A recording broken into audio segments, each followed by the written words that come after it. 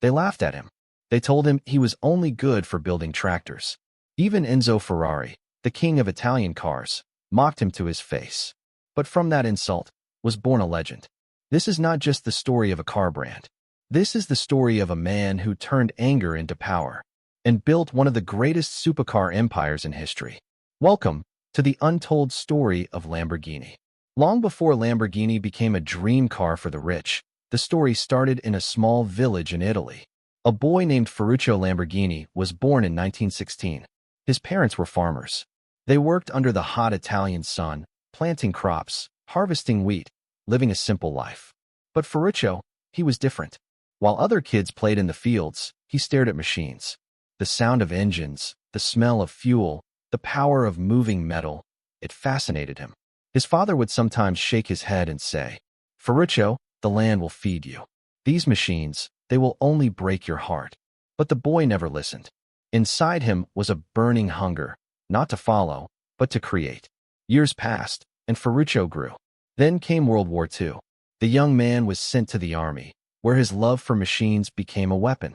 He became a mechanic for the military, repairing heavy trucks, fixing broken engines, and keeping vehicles alive under fire. Every night, as bombs fell in the distance, Ferruccio worked with oil-stained hands, tightening bolts, whispering to the machines like old friends. He survived the war, but he returned home with more than scars.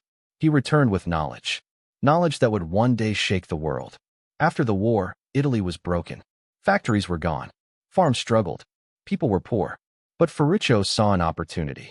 Farmers needed machines. They needed tractors. From old military parts, he built his first tractor. Big wheels, strong engine, built to work the land. At first, people laughed. A farmer's son building tractors? Impossible. But soon, his tractors became famous. They were cheap, powerful, and reliable. Farmers loved them. Ferruccio's company, Lamborghini Trattori, grew fast. He went from a poor mechanic to a wealthy man. But money never filled his heart. He wanted more. Ferruccio loved cars. Fast cars. Elegant cars. Machines that didn't just work, but flew on the road. He bought expensive cars. Alfa Romeos, Maseratis, and finally, Ferraris. The Ferrari was the pride of Italy. Fast, red, beautiful. But Ferruccio noticed something.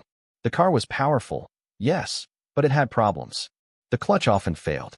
It was hard to drive. One night, as he sat in his garage, staring at his Ferrari, he shook his head. "I can build something better."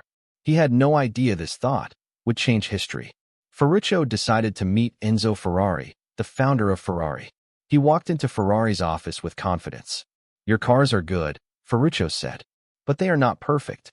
The clutch is weak. I know engines. I can help you improve them." Enzo Ferrari looked at him with cold eyes. "You build tractors, Lamborghini. Stick to that. What do you know about sports cars?" The words cut like a knife. Ferruccio left the office, his pride burning. He stood outside under the Italian sun, fists clenched.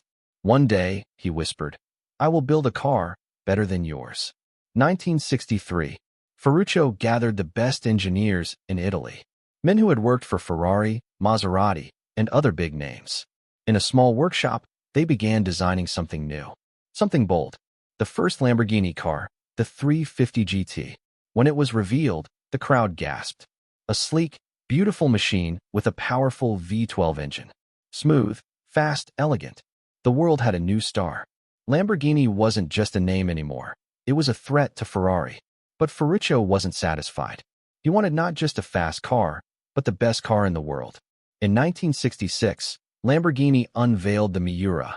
It was unlike anything people had seen. The engine was in the middle, not the front. The design was futuristic. The speed was breathtaking. When the Miura roared to life, the sound was like thunder. The world called it the first supercar. Enzo Ferrari heard the news. His rival, the tractor maker, was now building cars that the whole world admired. The battle had begun. But success never comes without struggle. By the early 1970s, the oil crisis shook the world. Fuel was expensive. Supercars were seen as wasteful.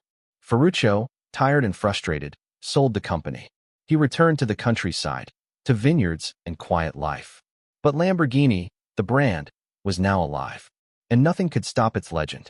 Through the years, Lamborghini changed owners, faced financial troubles, even came close to disappearing. But every time, like a bull rising for battle, it returned stronger. From the Countach in the 1970s, to the Diablo in the 1990s, to the Murcielago and Aventador in the 2000s, Lamborghini cars became more than machines. They became dreams, symbols of power, wealth, and rebellion. The name that Enzo Ferrari once mocked had become a god in the world of cars. Ferruccio Lamborghini passed away in 1993. He never lived to see how massive his brand became. But today, when people hear the word Lamborghini, they don't think of tractors. They think of roaring engines, golden bulls, and cars that touch the sky. All because one man refused to be told, "Stay in your place." The story of Lamborghini is not just about cars.